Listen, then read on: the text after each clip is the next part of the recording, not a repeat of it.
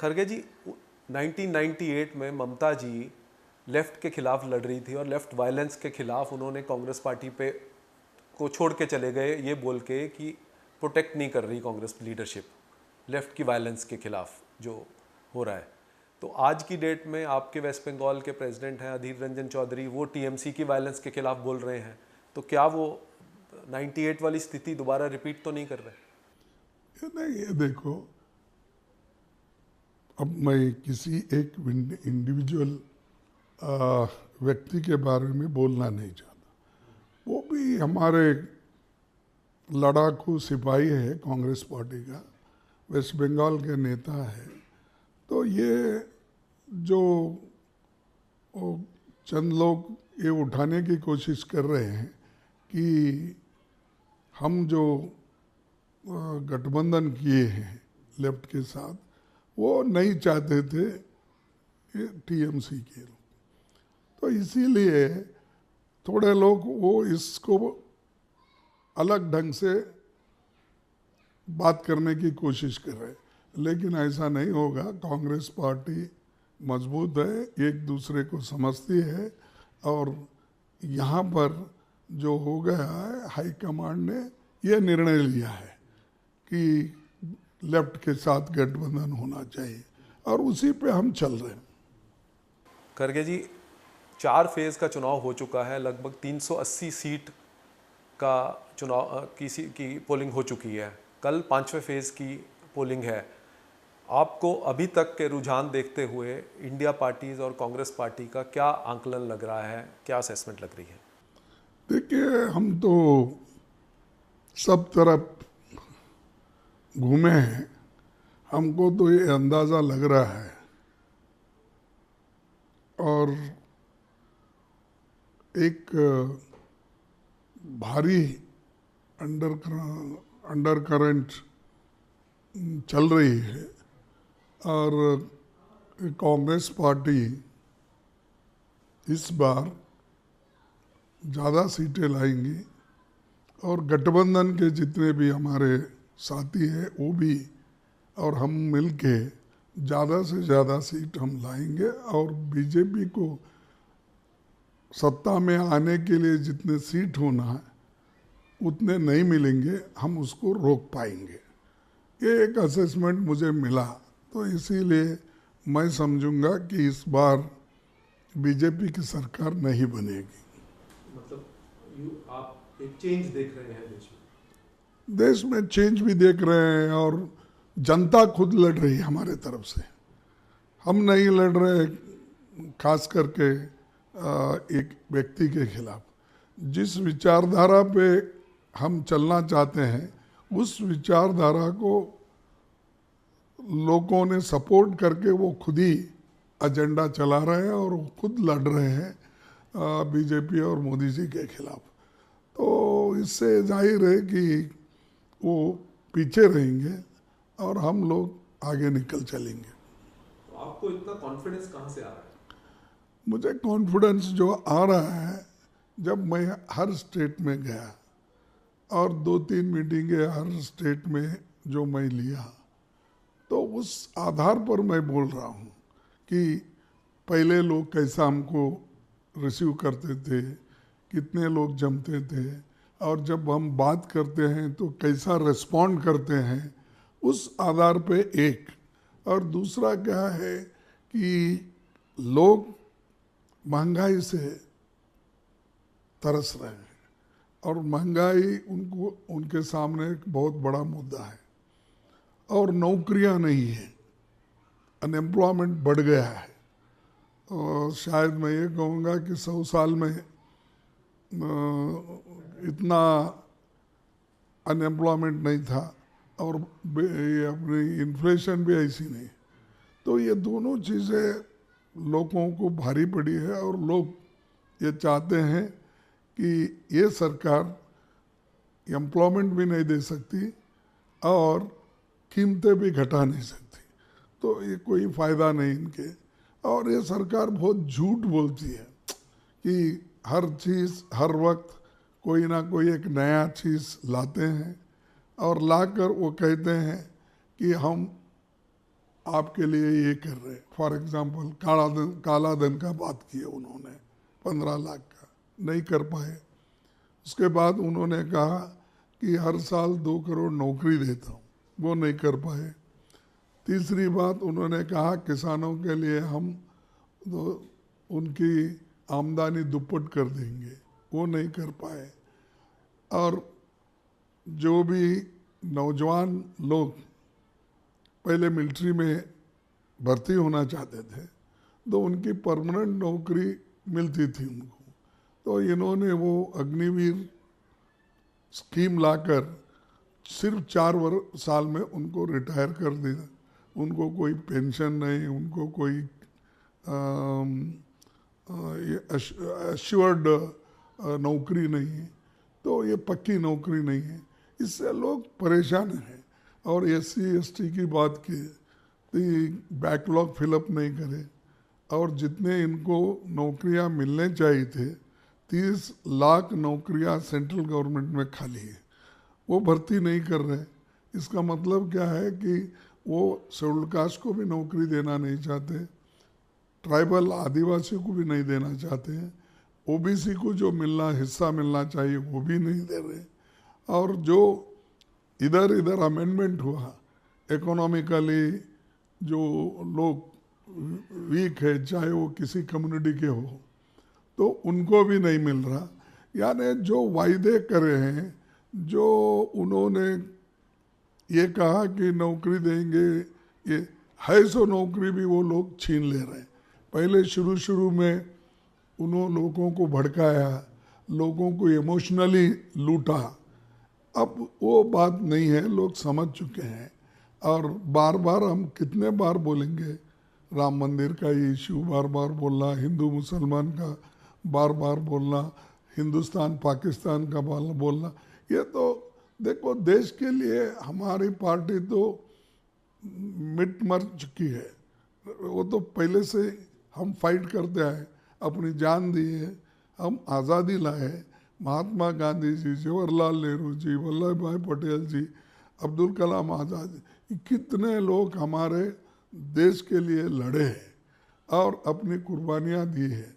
एक एक घर में खानदान का खानदान पूरा जेल में गया है। अब आपको मैं बताऊं, कम से कम पंडित जवाहरलाल नेहरू जी के, उनके पिताजी के ज़माने से 15 लोग तो जेल में गए हैं आज़ादी के वक्त। कोई 2 साल की सज़ा काटा, कोई 4 साल की, कोई 13 साल की, कोई 5 साल की। ये सब अब ये जैसे है कि हाइप क्रिएट कर रहे हैं कि सब कुछ उन्होंने किया ये। और एक जो काम हुआ है, कम से कम उस काम को आप अप्रिशिएट करो, पहले के लोग क्या कर, और उनसे बेहतरीन अगर आप काम किए हैं वो काम बोलिए ना। आप उठते ही आप मटन की बात करते, चिकन की बात करते, मंगलसूत्र की बात करते, भैंस की बात करते। ये है क्या एक नेशनल प्राइम मिनिस्टर, इस कंट्री का प्राइम मिनिस्टर जिसके हाथ में सब कुछ है, वो ऐसी बातें करता है? आप बोलो, आपके काम बोलो, गिनो। अगर लोग पसंद करते हैं तो आपको वोट देंगे। वो तुम्हारी ज़मीन छीन लेंगे, 2 एकड़ है तो 1 एकड़ छीन लेंगे, 2 भैंस है तो 1 भैंस आपको देना पड़ेगा, 2 एकड़ है तो 1 एकड़ देना पड़े। ऐसी चीज़ें कब तक बोलेंगे? इससे लोग बोलेंगे कि भाई ये गवर्नमेंट क्या रियली जानती है कि कब किस वक्त क्या बात करना और लोगों को कैसा समझाना। करके जी, इस चुनाव में 2 मेन नैरेटिव्स निकल के आ रहे हैं, एक रिजर्वेशन का और एक कॉन्स्टिट्यूशन का। बीजेपी आपको एक्यूज़ कर रही है कि आप रिजर्वेशन को ख़त्म करके SC/STs के लिए ख़त्म करके मुसलमानों को दे देंगे, और आप उनको बोल रहे हैं कि ये 400 पार इसलिए सीटें चाहते हैं कि कॉन्स्टिट्यूशन बदलना चाहते हैं। तो कौन सा नैरेटिव जीत रहा है? देखो, जीतने का सवाल नहीं, 400 पार हमें दो। हम संविधान में संविधान बदलने के लिए हमको 2/3 मेजॉरिटी। ये किसने शुरू किया? उनके लोगों ने ही किया। अब भागवत खुद बोले और भी कोई यूपी के लोग बोले हम ज़रूर बदलेंगे, अगर 400 आए या 2/3 मेजॉरिटी आए तो हम बदल के रहेंगे, वो बात कर रहे हैं। हम इसलिए बात कर रहे हैं कि जो आपने संविधान में है SC ST को रिजर्वेशन, ये तो कोई छीन नहीं सकता। तुम वो संविधान के जो भी प्रावधान है उसको तो आप छीन नहीं ले सकते, लेकिन आप क्या कर रहे हैं, उसको इम्प्लीमेंट ही नहीं करना। Better not to implement, not to give reservation, not to help them, not to give scholarship, ये बात है ना। इसीलिए हम ये बोल रहे हैं कि संविधान को ये इसलिए बदलना चाहते हैं कि अपने लोगों को वहाँ पर बिठाना चाहते हैं। अब वैसा ही किए उन्होंने, हर डिपार्टमेंट में उन्होंने RSS के लोगों को बिठाया है जो क्वालिफाइड नहीं है। हाँ, पहले तो IAS ऑफिसर जॉइंट सेक्रेटरी रहते थे, उस जगह पे अपना एक आदमी उन्होंने बिठाया। सेक्रेटरीज भी अपने चॉइस के रखे। पहले तो सीनियरिटी पे हर जगह इम्पॉर्टेंट पोस्ट पे रहते थे, लेकिन इन्होंने हर चीज़ को एक मोदी जैसा नेशनलाइजेशन जैसा बोलते हैं वैसा मोदी और RSS का एक अड्डा बना लिया है और उन्हीं के लोगों को वहाँ पर भर्ती करते हैं। इसीलिए हम ये बोलते हैं कि संविधान को ये अच्छी तरह इम्प्लीमेंट नहीं कर रहे, इसीलिए इतना बैकलॉग हुआ, इतने नौकरियां खाली है और डेमोक्रेसी को भी ये लोग स्वीकार नहीं करते। डेमोक्रेटिकली इलेक्टेड गवर्नमेंट्स को इन्होंने गिराया, मध्य प्रदेश में गिराया, कर्नाटक में गिराया, तेलंगाना में गिराया, हर जगह इन्होंने मणिपुर में गिराया, उत्तराखंड में गिराया, कहाँ नहीं किया है, हर जगह इन्होंने गोवा में गिराया। तो एक तो डेमोक्रेटिक वे पे भी नहीं चलते, दूसरे तरफ संविधान के तहत वो काम भी नहीं करते। तो इसीलिए हम ये कह रहे हैं कि संविधान को बचाओ, डेमोक्रेसी को बचाओ, ताकि डेमोक्रेसी अगर बच गई, संविधान बच गया, everybody's fundamental rights will be there. अब वो प्रेस को तंग कर रहे हैं, टीवी को तंग कर रहे हैं, चंद सेलेक्टेड कॉरपोरेट कंपनी जो चलाते हैं टीवी प्रेस, ये उनको बढ़ावा मिल रहा है। अगर वो भी उनकी बात नहीं सुने, आजकल उनके ऊपर भी टीका कर रहे हैं, क्रिटिसाइज, यानी हर लोगों को वो डराना सीखे हैं और उससे भी नहीं डरते तो ईडी लगा देते हैं, CBI लगा देते हैं, या नहीं तो CBC लगा देते हैं, या नहीं तो अपना IT लगा देते हैं। इसके डर से बहुत से बिजनेसमैन झुक के उनके पास जा रहे हैं। और जो इम्पोर्टेंट राइटर्स है, जो right to expression, right to ये अपना स्पीक, फ्रीडम, इनको भी दबा रहे हो और नहीं सुनते तो जेल में डाल रहे हैं। आपने अभी कहा कि ये चुनाव डेमोक्रेसी को सेव करने के लिए, कॉन्स्टिट्यूशन को सेव करने के लिए, तो कितना महत्वपूर्ण है आपके लिए और पूरे देश के लिए? अरे ये तो महत्वपूर्ण इसीलिए है, मैंने कहा आपको, अगर आपकी टीवी चलती है तो ये तो फ्रीडम ऑफ आपका राइटिंग है या एक्सप्रेशन है।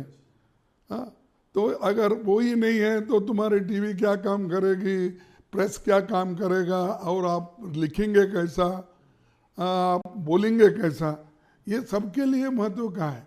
फंडामेंटल राइट्स ही अगर आपको नहीं है तो नेचुरली आप कुछ नहीं कर सकते। फिर वो ब्रिटिश के ज़माने में जैसा था वैसा चलता है, आज़ादी मिलके भी फायदा नहीं होता। तो आप मिली हुई आज़ादी को सप्रेस कर रहे हो और लिखा हुआ संविधान को आप दबा रहे हो और उसको इम्प्लीमेंट नहीं कर रहे हो। यू आर क्या है, you are suppressing the democracy and you are opposing the constitution. ये सब आप लोग कर रहे हैं, इसीलिए इसका महत्व बहुत बड़ा है सबके लिए, बच्चों से लेकर बूढ़ों तक और प्रिंट मीडिया से लेकर टीवी तक। और कल के दिन ये जितने भी छोटे मोटे आजकल हमारे निकलते ना ये यूट्यूब, वो ये इंस्टाग्राम, ये फलाना फलाना, हम ज़्यादा उसको इसमें इस्तेमाल नहीं करते, लेकिन सब चीज़ को बंद कर देते। तो ये महत्व का है।